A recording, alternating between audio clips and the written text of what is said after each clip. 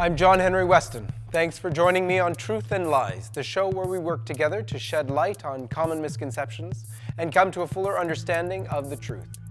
In my work in media, I have found it essential to speak the truth with love. Love for all people, because we are all the children of God. And with that in mind, let's have a look at this week's topic.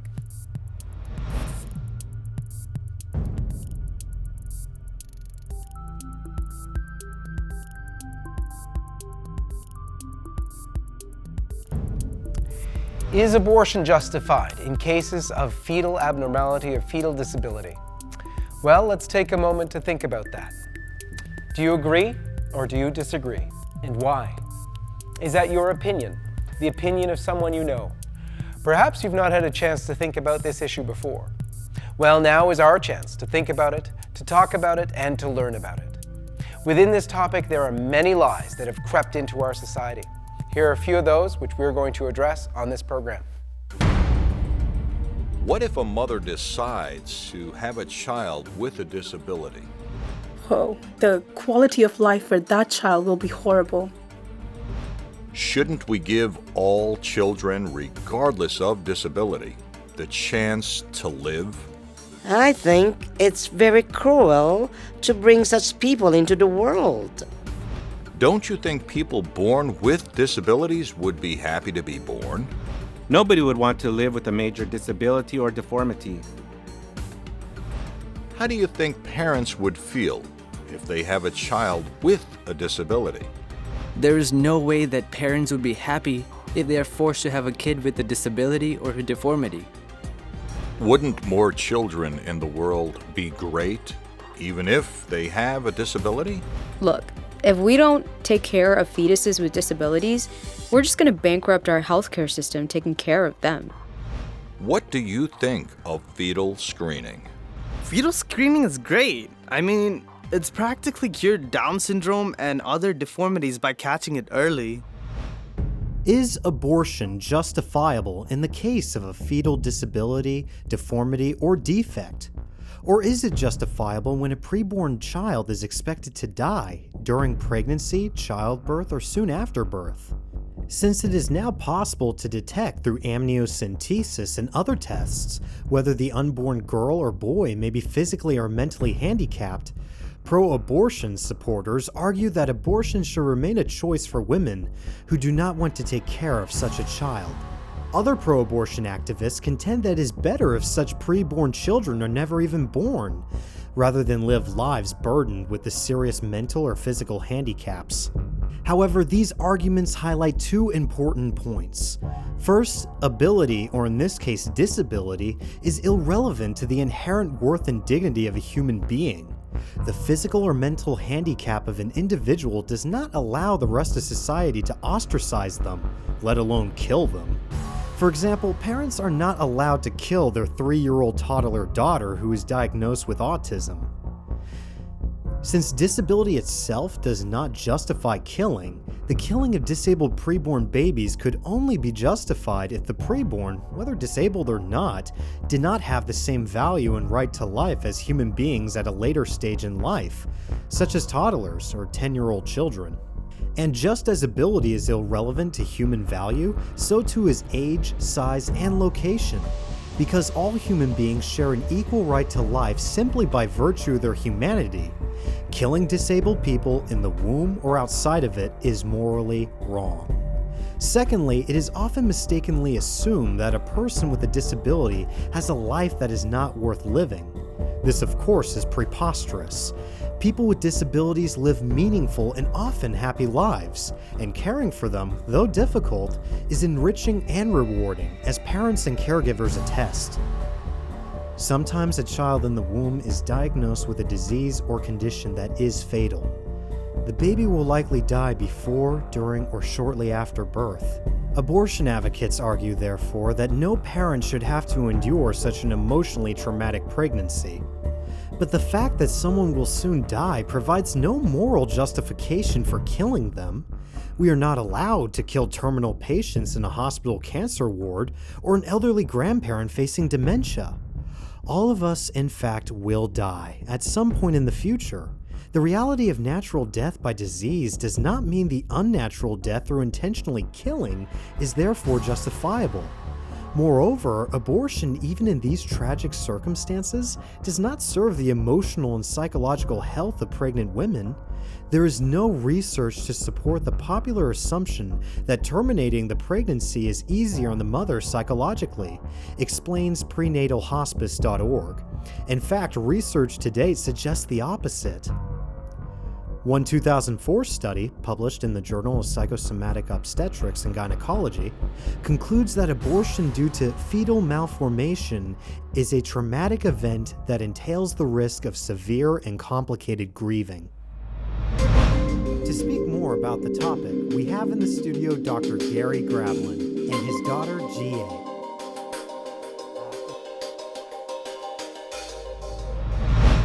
Tell us your story. What happened? Well, my daughter was born in 1994 in just north of San Francisco. And up until the moment of her birth, we had no idea that she had any disabilities at all. And on the day of her birth, we found out that she had Down syndrome. And we also found out that she had bilateral pneumothorax, collapsed lungs. Okay. My wife had suffered from 3 miscarriages prior, and so we didn't want to do any testing to find out, because that could induce a miscarriage. Right. When we found out that G had the collapsed lungs, she was transferred to San Francisco, major hospital there, in neonatal ICU, and she was on life support the first 13 days. Wow. And during that experience, we found out that after 13 days of pure oxygen and being on life support, there's irreversible brain damage, primarily affecting the optic nerve. Right. They discovered this in the 50s. Premature babies were being put on oxygen, and they would come out with severe mental retardation and severe blindness. And a lot of these newborns were being abandoned in dark theaters in San Francisco. And the theater workers started a foundation called the Blind Babies Foundation to help support families with children with this disability. So on the 13th day, we had to make a decision. Do we pull the plug on our daughter? And so I contacted my priest. He was unfortunately had another obligation. He couldn't go with us. A dear friend of mine is a Presbyterian minister, so we took her to San Francisco for baptism. And it was the quietest ride I've ever experienced to San Francisco. I don't think a single word was spoken. And we get to the hospital, and my daughter had 2 chest tubes in, and one of the chest tubes had been removed. And my wife, thinking that Gihea was dying, collapsed. So we had her baptized, and it turned out that was the moment, the day that she turned around, that she was able to get off life support, and we didn't have to make that horrible decision. And she's turned out to be one of the great joys of our life. During that time after her birth, I had, and especially during those first 13 days, I had a lot of mixed feelings. Part of the self-centered and selfish person in me thought might be better for her to pass. Does this be too much of a burden? How will this affect my life, my relationship with my wife's? One of the joys of Gihea in our life is I've discovered the amount of love that's in this world. I've discovered organizations like the Blind Babies Foundation. There's another group called Matrix, which is a group that's a foundation to help families with special needs children. And through working with those groups, I found out that the feelings, when I had those feelings of, maybe it'd be better if she passed, I had tremendous feelings of guilt. And how could I even think something like that for my daughter? And it turns out by working with other people that I'm not alone. And it's so important for people to find out that they're not alone. That this is a common feeling, and there is tremendous support for families. When did you realize the beauty in your life that came with Gihea? How did that develop? Almost from the get-go. First of all, she had a really interesting appearance. She had a tuft of hair that just stood straight up, and it was the cutest thing. And she was a cute baby. I've got lots of pictures of her on my chest, laying on the ground. Somewhere, almost immediately, it just seemed like that this was going to be a burden or and have a negative impact on my life and my wife and mine's relationship. It just seemed to evaporate. Now, my wife, cradle Catholic. My wife, I tell people I have a mixed marriage. I'm Polish and Catholic. My wife is Korean and Presbyterian. And she's an extremely devout woman. And it was just, I don't have a specific time that I found out. It's just been really wonderful. Yeah. Gihea has a lot of fun. She's a heck of a dancer. She likes to sing. We do a lot of things together. We have a lot of good father-daughter time. We asked if to wear church clothes. Actually, she usually wears an alb because she's an altar server at our church. So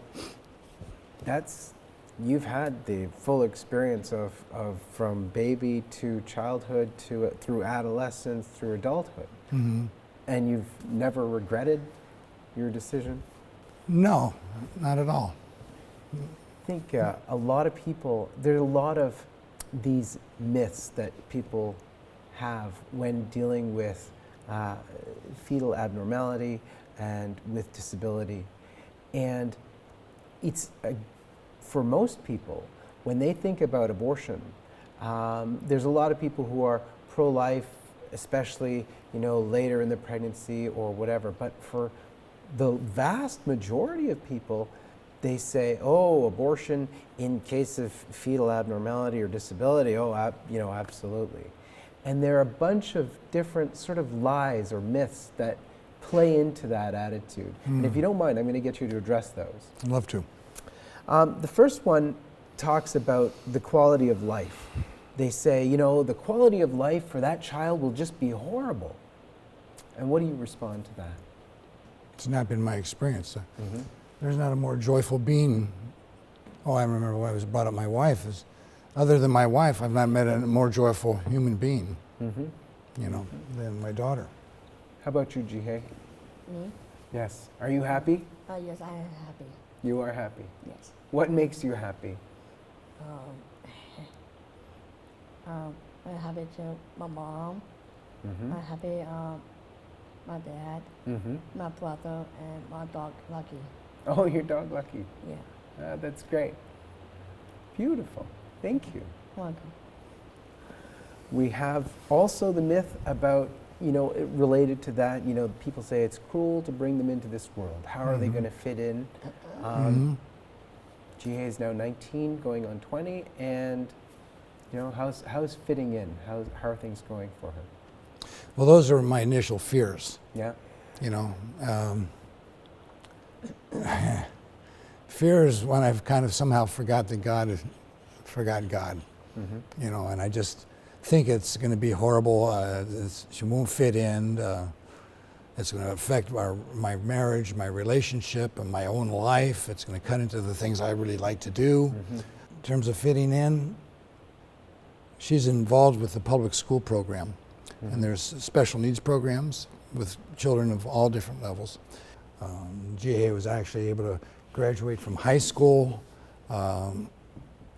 with her senior class and got to be, and there was just a tremendous amount of support. She, like I said earlier, she's an altar server. Gihea is totally enthusiastic about serving God and serving him, who she calls the Holy Father, the priest. She's a swimmer. Oh, really? And she's a fish. She's been swimming since, since maybe 4 years old, 5 years old. Just beautiful. Yeah. Absolutely beautiful. Parents. A lot of parents think, I guess like you did initially, How are we going to be able to do this? This is, you've heard it said, this is a life sentence. What is your experience, and what advice would you give to parents who are, faced with this possibility? Well, my experience with other parents, first of all, let them know they're not alone, that there are support groups and organizations that are dedicated to helping, and every step of the way. Most of the parents that I've actually met seem to be totally in love with their children. I have heard of a colleague of mine who had a Down's baby, and that he at first rejected, didn't want to have anything to do with it. But somewhere along the line, that's all changed. He's now the child's now the apple of his eye. But I think a lot of that was cultural. I don't know. I ask myself, why am I so lucky to have Gihea in my life? It's like, she's taught me how to love unconditionally. Taught me how to accept and really truly wish the well-being of another person. Absolutely beautiful. Thank you. We have today, in our world today, an unbelievable thing going on. That beauty that you're describing, that teaching of love that comes through children, and I think particularly from my experiences with my friends who have children with Down syndrome, the experience is always so similar. They taught us how to love, they bring us such great joy. That joy is increasingly vanishing in our world today because with the use of advanced techniques in fetal screening, we have now come to a point where 90% of babies diagnosed with Down syndrome are aborted in their mother's wombs. And physicians even talk about this as a quote-unquote cure for Down syndrome. The tragedy is very evident right here. Gosh, as you said, the cure, when you had cure, what I heard was final solution. Gihea and I have been involved in our family, have been involved with the Walk for Life. And I'm a large man, so they had me be on the security detail, and I said I'd be security as long as she got to wear a security vest too. And so we did the Walk for Life, and she'd go out and stop traffic and put her hand out, and there'd be on occasion protesters. And as security, we're encouraged not to engage in conversation.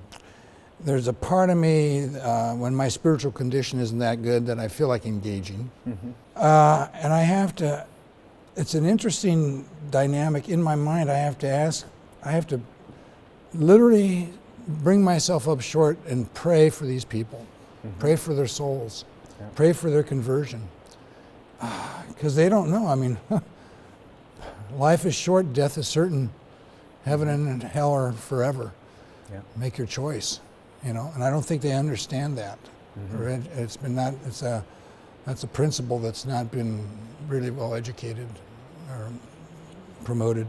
The curing, boy, I'll tell you, medical ethics started out of Nazi Germany, and where people were treated, and they had a description of the death of a Jewish man in a tank with the air was sucked out of it, and then they documented his death, and then they went in and part of the documentation was the autopsy began to see what the effects were, and that's how medical ethics were born.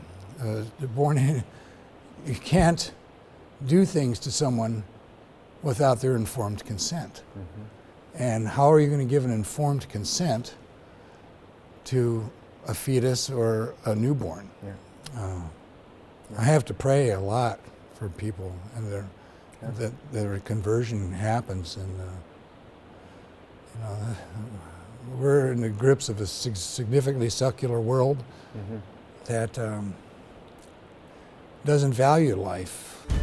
The potentiality for full humanness is there at the moment of conception. At the moment of conception, it's not your body anymore. You're carrying a being. And it's my experiences and my faith is that our life is we're breathed into, our souls are entered this clay, if you will, at that moment of conception.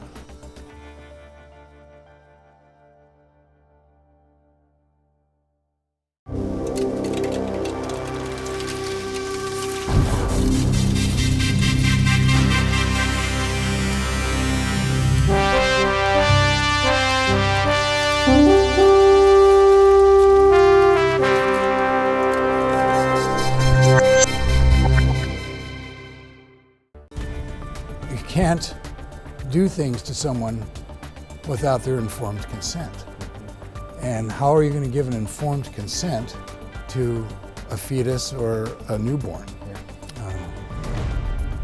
So we had her baptized, and it turned out that was the moment, the day that she turned around, that she was able to get off life support, and we didn't have to make that horrible decision. Most of the parents that I've actually met seem to be totally in love with their children.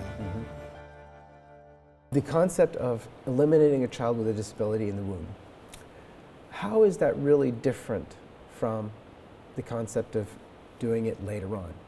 You were mentioning there was a researcher who was proposing even that. Dr. Peter Singer, I believe his name was. And what was his proposal? Well, I don't remember it exactly, but it had something to do with even after the child was born. I heard up to a year after the birth that they could be put down. Right. The mentality, and that sounds so shocking, and yet there are proposals similarly for children, as we just learned in Belgium, when they're disabled and their quality of life is not what it's deemed it should be, that they should be able to be euthanized, to be put down. The same concept then comes for the elderly when they lose their abilities through age or disease or whatever, that they too should be able to be put down. And I guess these concepts are pretty consistent. If you start off with the idea that in the womb this can be done, why not later on? I don't think there's a logical disconnect between putting someone down, if you will, in the womb, and doing so just after birth, as Dr. Peter Singer from Princeton or Harvard says, and doing it at 5 and doing it at in older age. So because what is the transition? I know you're a dentist, but that involves some medicine. So there was a study of what is it in the womb? What do we do in the womb? We're still growing and we're alive. We're in a different place. We're inside the womb of the mother.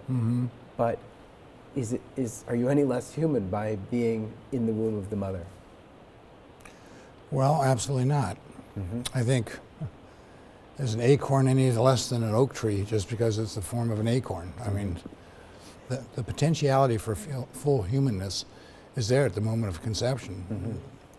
And it's my experiences and my faith is that our life is we're breathed into, our souls are entered this clay, if you will, at that moment of conception. And when you're talking about the logical sequence, if termination in the womb, how about early youth, how about elderly? I mean, a lot of that just sounds to me like it's a matter, it seems like this is going to be a lot more convenient if we got rid of these distractions from the quality of my life. I don't know, I personally have suffered from terminal uniqueness and self-centeredness. And I've been given the gift of conversion, to open my eyes, and it's clearly a gift of the Holy Spirit. And there's times I wish I could give it to others, but I can't. I get sad that people feel that way. Unfortunately, I speak to Catholics sometimes that say, well, I'm a pro-choice Catholic. And I don't even know what that means. Those two, that don't seem to go, because I think I've heard that, this is my body, I'm in charge of it. Well, I don't think at the moment of conception it's not your body anymore. It's you're carrying a being. You're the vehicle, but that is not yours anymore. And one of the, as you were mentioning, you've spoken to Catholics who are sometimes, they call themselves pro-choice. Has seeing you with your daughter ever been a jolt for them or caused a move with them? Well, they always seem to say they're happy to see her at Mass, and that she does a great job of serving. I don't know what their inner, I don't know what their inner thing is. I don't know. I hear when people say they're pro-choice, I wish they'd choose life a few more times. You know, I'm pro-choice too. I like to choose life. You know, it's like. It is. It's a difficult struggle because I think the world has fed so much into this understanding. We're told in hospitals very often, it's just a blob of tissue. It's not really a baby or anything. Yet science knows that right from the meeting of the sperm and the egg, you have the full complement of DNA, of chromosomes. And as we were talking just the other day, you know, you have hair color, eye color, even the height you'll be, and the sex, of course, if given proper environment and nutrition. It's all established there even right at the beginning. So, yeah, you've got a different size. It is true. The children in the womb are smaller. But, you know, does it make any difference that my 2-year-old is this big and I'm 6 foot? Does that mean I'm worth more than my 2-year-old because he's 2 and I'm 6 foot? No. You know, and similarly, age-wise, they're very young. You know, they're sometimes starting off a day old or 2 days old in utero still. You know, gestational age, if you want to call it that. And then again, Gihea is 19. Well, I'm 43. Does that make her worth any less than me because of her age? No, it doesn't. The same dignity of life, the same sanctity of life, the same fact that she was created in the image and likeness of God. And in looking at her, it's, I want to say even more beautiful because less tainted with sin than I would be. Absolutely. And if there's any marring of that beauty of the image of God, it's sin, rather than any kind of developmental stage or size or, you know, the environment that you're in. It's sin. And so there's a pure reflection, if anything, of the beauty, the image of God in Gihea than there would be otherwise. Every year in the United States, approximately 133,000 pregnant mothers will undergo routine prenatal tests and receive what is called poor prenatal diagnosis, or PPD.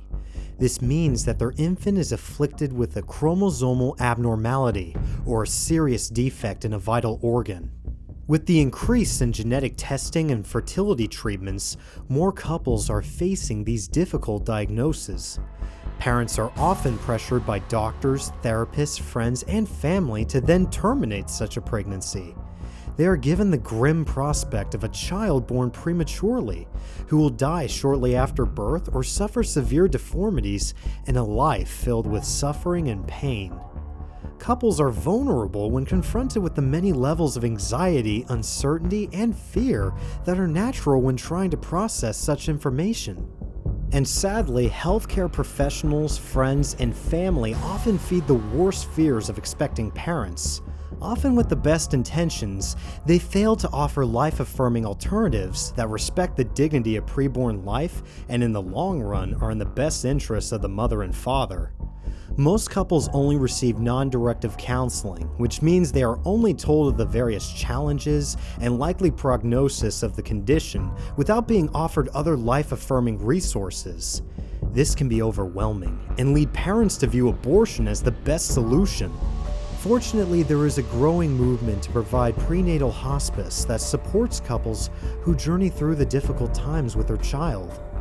Prenatal hospice offers encouragement and education and provides the vital healing experience of embracing their child with love for as long as the baby lives. For those with a Down syndrome diagnosis, parents should learn of the blessings as well as the real challenges that these children will present to counter the negative picture presented by abortion proponents in media, in the healthcare system, and even within their own families. Many organizations are now available worldwide, which offer useful resources for parents of children with Down syndrome. Once parents get over the initial shock and fear of the unknown and get education about their children's future, they can come to a place of peace with their life situation and even find joy in it. Now, one of the things that we should talk about in your life, you mentioned briefly, or you mentioned somewhat, that it has been a joy for you. It has been enriching for your family. That is probably one of the, biggest thoughts that people have. Okay, we're going to be in this situation. We have to face this. This is likely to be a long term for us. People say a life sentence or whatever. Describe for us, if you could, some of that richness to be able to give that hope to other people. I can't speak for anyone else, but Gihea and I hang out a lot. And we have some good father-daughter time, right? Yeah. And it's, she's a happy child. She's a happy being. Except when she's not. But the vast majority of the time, usually when I ask her to go to bed, 5 more minutes, that's all I want, Dad. But other than that, pretty happy being. We recently did a father-daughter trip to Seattle to see one of her favorite performers, Justin Timberlake. And now she understood every single word that was being sung, and I had not a clue. So the circle is now complete. I am now my father. And it was just a good time. We go to restaurants, we toured Seattle. Seattle's a lovely town. We're in the same hotel as the 49ers the weekend of the big game.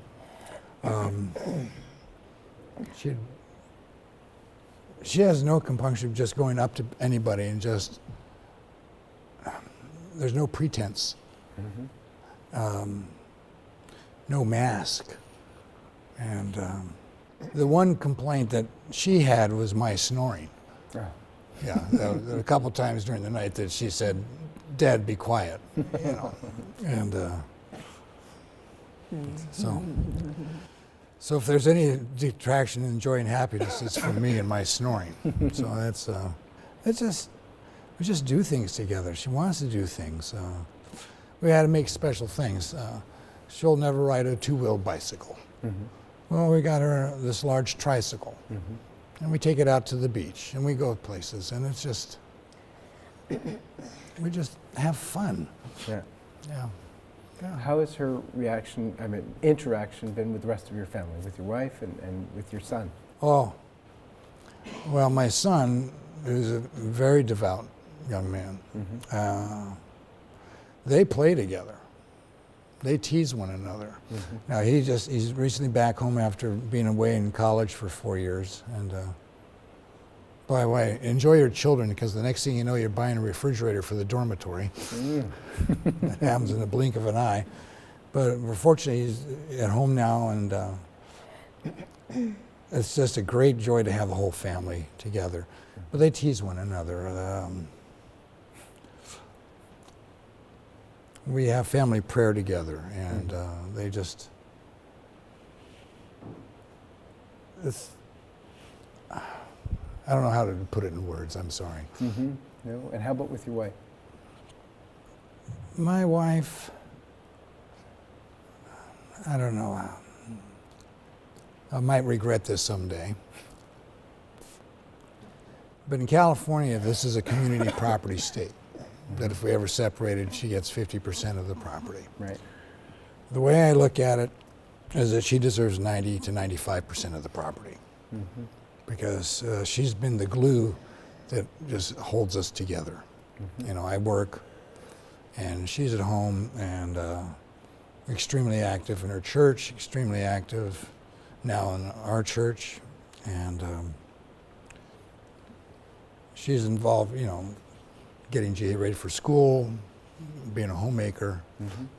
I don't know anybody that works harder and is totally committed to the family than my wife. Beautiful. So that's that. Beautiful. Yeah. How was it growing up? Did you fight with your brother when you were growing up? No. No? Never? No. Do you remember any incidences growing up where it was sort of more difficult for your son, or for in dealing with its school or anything like that? Was there some adjustment for him? He's what, 2 years older? Is that right? He's two and a half years older. 2.5 years Yeah. old. Okay. In terms of Gihea, or Yeah. In terms of Gihea. no, they didn't go to school together. He was in parochial school. Right. And he had his own. I wanted him to go to parochial school because I didn't want him to have the horrible experience I had growing up in public school. Right. But I guess everyone has to have their own experience, and so it's. I didn't want to have him have to go through the fights and the bullying and stuff. But it's in different levels and in different subtleties. Right. But What I'm he's wondering- always been protective of his sister, though. Okay.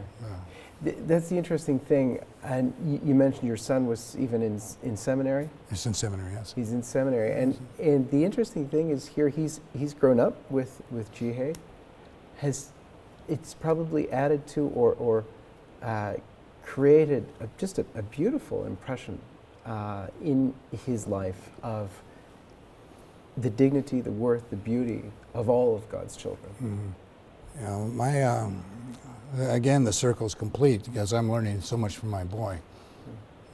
He's helped my continuous conversion. He's extremely devout, and I'd like to think that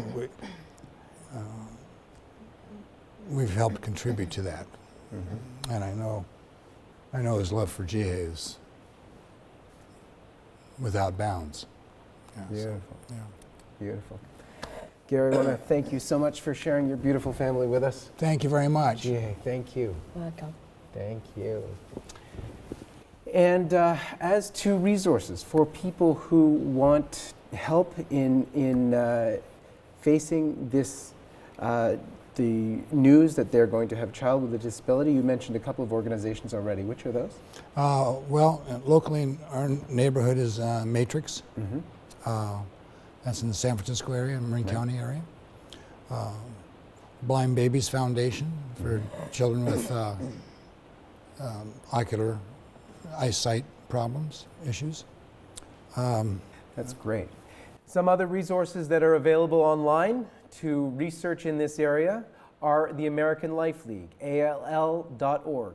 Also, afterabortion.org, the Elliott Institute, which lets people know the after effects of abortion, which are very harmful for women. And to follow what happens day by day with regard to legislation on abortion and the abortion battle all over the world, you can visit lifesitenews.com. So, my friends, we have one more time been given amazing information that helps prove the truth that comes from God and is taught by His church. Do you feel more ready now to answer those tough questions that people have? It's my hope that you do feel more ready. Remember that in the Scriptures we are told that God has knit us together in our mother's wombs. We are fearfully and wonderfully made, and we are created in the image and likeness of God. We want to hear from you here at Truth and Lies. Let us know what other topics you'd like us to cover. You can do that at #TruthAndLies and visit us online at shalomworld.org/truthandlies. Until next time, my friends, go forth and spread the truth with love. God bless you.